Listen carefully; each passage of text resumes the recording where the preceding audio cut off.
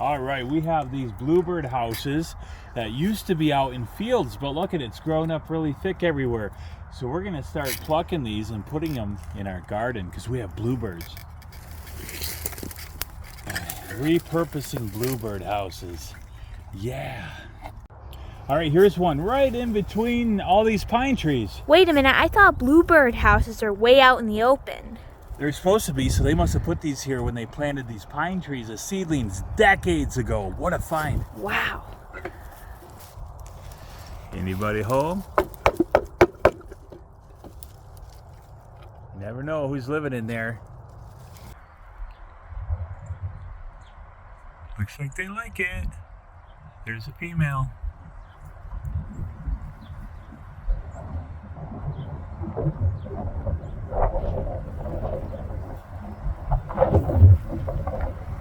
Well, there's plenty more bluebird houses out throughout those pine trees, and we'll keep putting them on our fence posts because we love the bluebirds and hopefully they'll love their new houses.